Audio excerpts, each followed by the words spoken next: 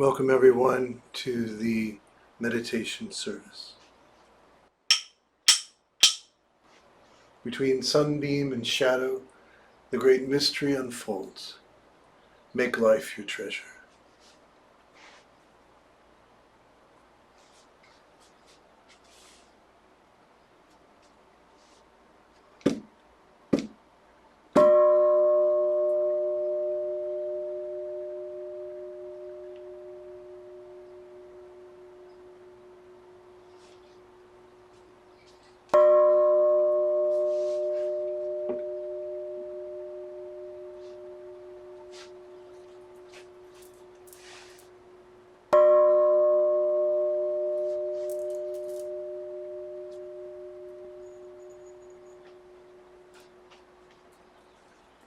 Namo Furupas. Namo Furupas. Namo Food Wolves.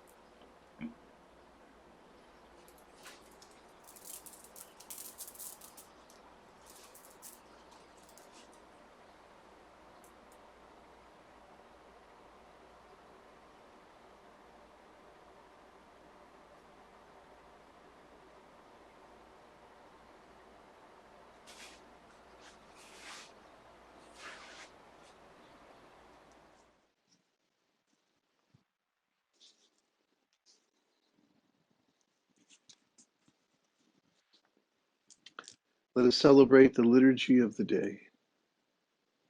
Let us share the peace. May all beings awaken to that peace which is our true home. Let us take refuge. I take refuge in the ground of being, within which I live and move and breathe. Let us make the accord. I take sanctuary in the heart of being, accepting all of my delusions in thought, word, or deed, born of ignorance, hatred, and greed. Let us give thanks. I give thanks for all things, awakening to the interbeing of all nature. May my heart be open and my mind clear. May all be free from suffering and the causes of suffering, and may all come to know that peace which is born of insight and understanding. Since it is the practice of enlightenment, that practice has no beginning. And since it is enlightenment within the practice, that realization has no end. Welcome everyone to our weekly meditation service. If you remember the last time I spoke about wisdom. And we addressed this misnomer that the Buddha said all life is suffering. So tonight I'm going to talk about skillful action. And I'm going to talk about something that most people, I wouldn't say think of first when they think of Buddhism or they think of the Dharma. Usually when you think of the Dharma, you think of meditation, mindfulness, things like that, maybe compassion. But really, the Buddha was all about love, man. I mean, it was central to the Buddha's teaching. It was all about love. And he even, if you believe the words that are attributed to him, even believed that the fulfillment of all the Buddhas and all the Dharmas, of all the countless universes and ages, is love. So, tonight's reading is by the incredible composer, musician, and singer Todd Rundgren. And if you don't know Todd Rundgren, you want to go online and check him out. Some amazing songs. But one of his songs is Love is the Answer. So I'm going to read a couple lines here, a few lines, more than a few, from Todd Rundgren. Who knows why someday we all must die? We're all homeless boys and girls, and we are never heard. Light of the world, shine on me. Love is the answer. Shine on us all, set us free. Love is the answer. And when you're afraid, love one another. And when you've lost your way, love one another. And when you're all alone, love one another. And when you're far from home, love one another. And when you're down and out, love one another. And when your hope runs out, love one another. And when you need a friend, love one another. And when you're near the end, love. We've got to love. We've got to love one another. Light of the world, shine on me. Love is the answer. Shine on us all. Set us free. Love is the answer. And I love that song. It's a great song. Check it out. But I love the call. It's like liturgy. I've even thought about that at some point, integrating, as I've done with other artists like David Bowie, integrate some of Todd Rundgren into the way we do things. So here's a quote from the Buddha Shakyamuni. It is in this way that we will practice freedom, by liberation through love. We will develop love, we will practice it, we will make it both a way and a foundation. Take a stand upon it, store it up, and shine it everywhere. So, it really was about love. It really is about love. But I think a lot of people don't necessarily, I don't think they disassociate the Buddha with love, but they kind of think of other things first, But love was the ultimate answer of the Buddha. And what's really cool in the Buddhist tradition is that this practice of love has 4 specific ways of manifesting or practicing. And these are sometimes known traditionally as the 4 divine abidings, or the 4 divine abodes. So what's the first kind of love that we can manifest? Well, the first kind of love we can manifest is kindness. So that's the first way that the Buddha defined love. Kindness. Being kind to each other. It doesn't mean that I have to like you. It doesn't mean you have to like me. It doesn't mean that I have to agree with you. You agree with me. But we can be kind to each other. And kindness is something that really isn't that hard to do. And if you practice it regularly, you will find the vast majority of the time, when you're kind to someone, kind of, pun intended, kind of kin, kind of, the word kind is kin. It helps us connect to each other. It helps us realize our connection. So that's the first type of love that the Buddha talked about, or the way he defined love. The second definition of love was compassion. Now, compassion for the Buddha was not so much a feeling, right, or an emotion, but compassion is an action. So it's something we can do to help relieve the suffering of another. So again, like kindness, we don't really have to like that person. We might even dislike that person for some reason. We might not agree with them. We might not connect with them. They might seem to be the enemy in some dualistic fashion.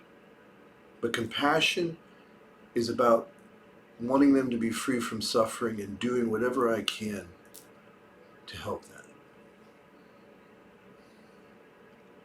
The third way the Buddha talked about manifesting love was joy. Now, when the Buddha spoke about joy, he was talking about it, as he is with all of these, he was talking about love as our interconnectedness, the way we relate to each other.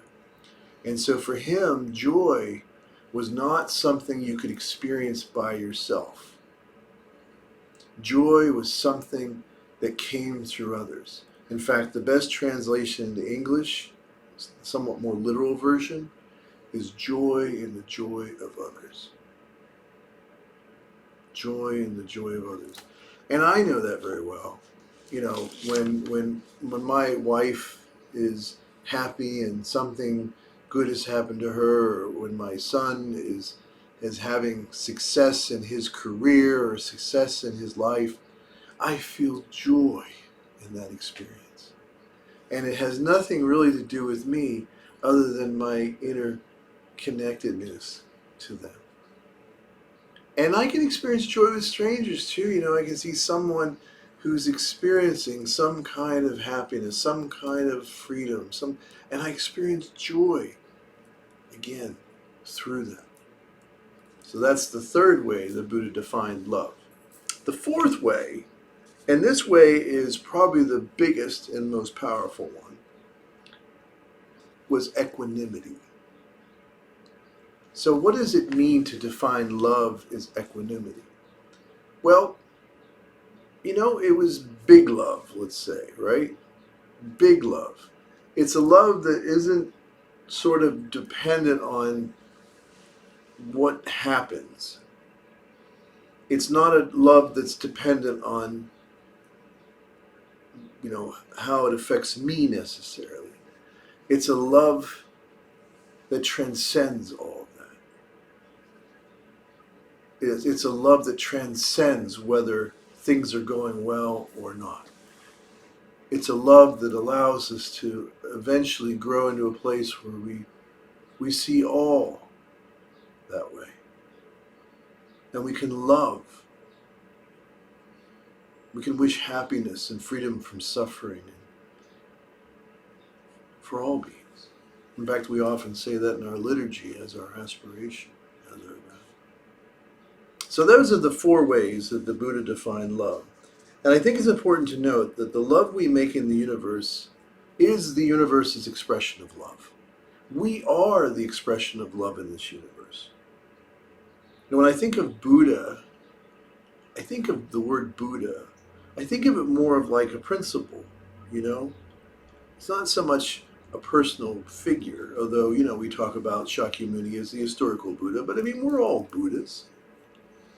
But I think of Buddha, or Buddha nature, as the ground of being, which is experienced in compassionate action, which is the movement of oneness through the heights and depths of all that is and all where it will be. So, as the song said, love one another and let your love shine.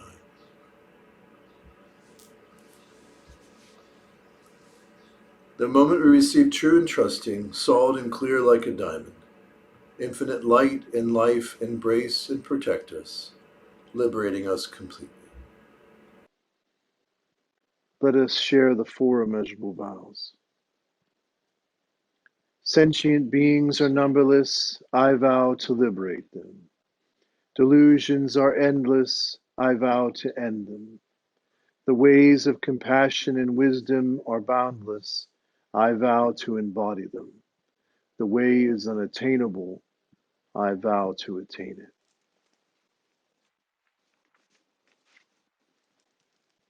Let us take the precepts for the community of the vow. I allow my true self to manifest in all aspects of life. I take complete responsibility for my own life and all of my actions. I affirm my personal being and acknowledge it as a path to awakening and freedom. I embrace all aspects of my personal being, including my shadow, so that they may be transformed. I affirm an attitude of openness to my true self, even in the midst of suffering. We will now go into the offering of incense. I encourage you to offer incense at your home altars, and we will chant while the offering is being made, and then we will spend some time abiding quietly in our true state.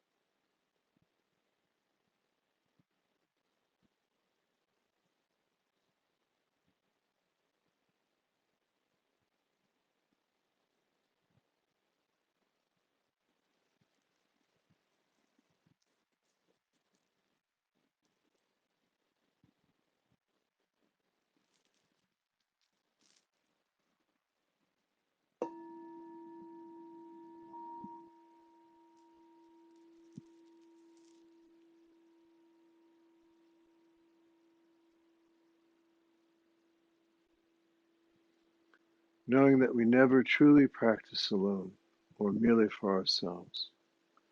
Let us recite together the Bodhisattva's Gata. We dedicate this practice to the welfare of all beings throughout space and time. May it always be so. Namo Amida Butsu.